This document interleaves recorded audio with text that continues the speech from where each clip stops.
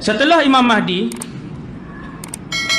dia lahir, dia membesar seperti seorang manusia biasa, tapi seorang lelaki yang saleh, remaja yang saleh, membesar sampai dia berumur di antara 30 hingga 40. Waktu tu dia akan keluar. Ini yang keberapa tu? Dia akan keluar mengisytiharkan dirinya ketika mana dia berusia di antara 30 hingga 40 tahun. Waktu tu dia akan keluar daripada Madinah. Kemudian dia pergi ke Mekah. Nabi kata dalam satu hadis yang riwayat Imam Hakim, sanad dia sahih, hadis Abu Sa'id Al-Khudri,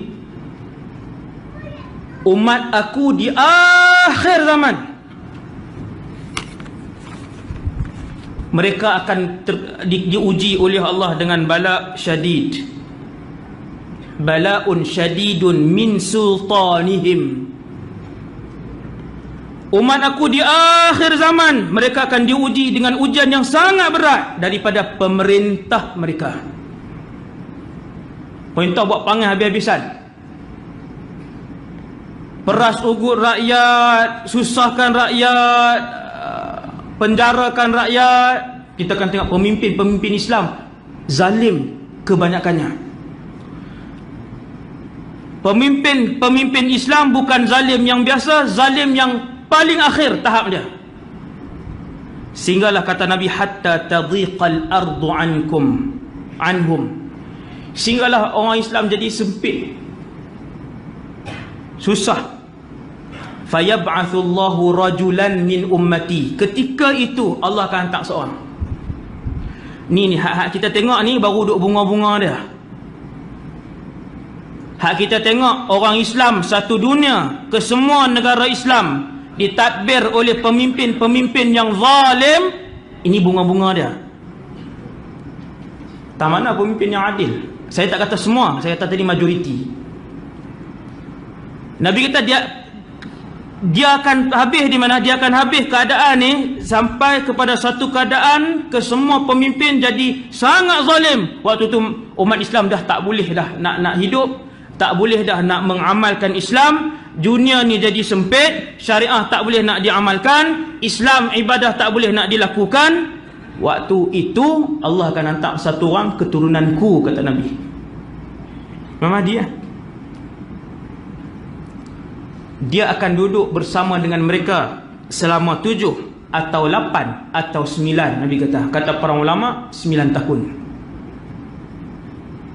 9 tahun tu ulama khilaf pula, adakah waktu keseluruhan dia duduk ataupun itu tempoh kegemilangan. Kita sebutkan. Okey, kemudian Imam Mahdi dia pun keluar daripada bumi Madinah, kemudian dia ke Mekah. Saya cepatkan. Bila dia sampai di Mekah, para ulama yang ketika itu duduk di Mekah, mereka mencari-cari mana pemimpin yang disebutkan oleh Rasulullah yang nak kembalikan umat Islam, yang nak kembali menjalankan arahan Allah, syariat Allah. Cari. Bukankah telah tiba masanya lelaki ini dikeluarkan oleh Allah? Ini semua ulama-ulama yang memiliki hati-hati yang bersih, firasat-firasat yang tinggi. Waktu itu semua duk fikir. Kerana ketika itu Imam Mahdi telah pun dewasa dan telah pun bersedia untuk keluar. Maksudnya dari segi umur, kekuatan dan sebagainya, soleh dia. Maka ulama-ulama ni cari, akhirnya jumpa dia. Seolah-olah kamu ada sifat Al-Mahdi. Mereka pun tanya dia, ulama-ulama ni, ulama-ulama berimpun, berkumpul dan tanya lelaki ni. Jumpa dia, tanya. Dan betul dia Mahdi. Dan dia tak mau terima jawatan tu. Ni sifat dia lah. Bukan bagi-bagi tu. Terima kasih. Nak bocak di mana tau. Jawatan kuasa dah. Ni jenis kebulok dengan jawatan ni, jenis gila jawatan ni bukan Mahdi. Imam Mahdi ketika ulama tawar dekat dia, ulama kata kamulah yang disebut oleh Rasulullah, ulama bentang dekat dia. Wahai pemuda sekian. Ulama bentang satu. Ni ciri-ciri inilah hadis yang banyak ni.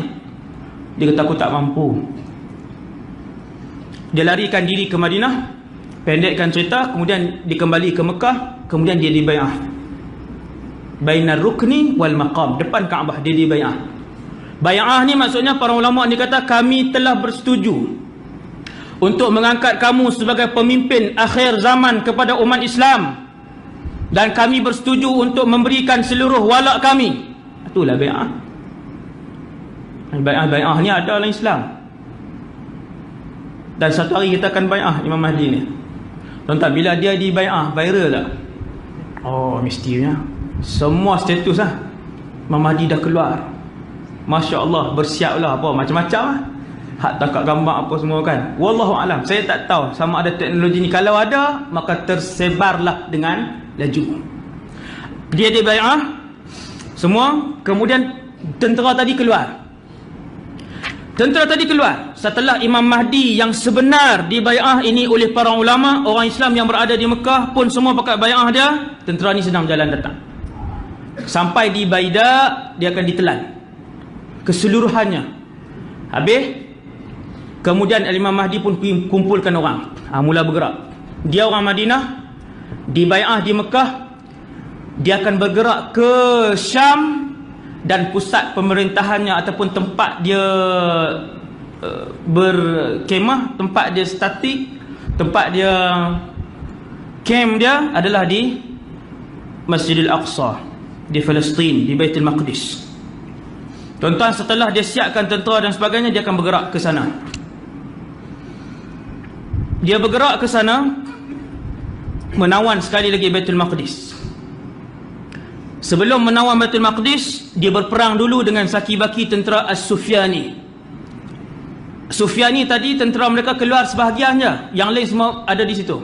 Tentera mana saya tak tahu. Cuma Nabi sebut jelas di Syria. Jadi Al-Imam Mahdi bawa para tentera ni. Dalam masa yang sama, umat Islam mujahidin daripada seluruh dunia datang. Ini baru perang yang sebenar kan. Kita malam ni kan, nak tahu kita pi ke dak, tanya diri kita malam ni. Kalau hak diri kita malam ni, hati kita jawab payah kot, maka payahlah kalau dia keluar 5 tahun lagi pun. Siapa yang dalam hati dia boleh sebut insya-Allah aku sanggup, maka insya-Allah lepas 5 tahun pun dia akan sanggup, dan dia akan jadi salah seorang. Dan tak ramai yang akan mati syahid tu. Tak ramai yang akan dapat kelebihan ni. Dahsyatlah tuan-tuan. Kelebihan dia apa? Saya kita sebut cara laju. Kemudian dia pun berlawan dengan saki-baki Sufyan ni, menang. Bila menang, dia boleh masuk dalam Baitul Maqdis. Dia dan tentera-tenteranya yang lain pun makin duk datang apa semua, bergabung. Kemudian mereka menguasai Palestin.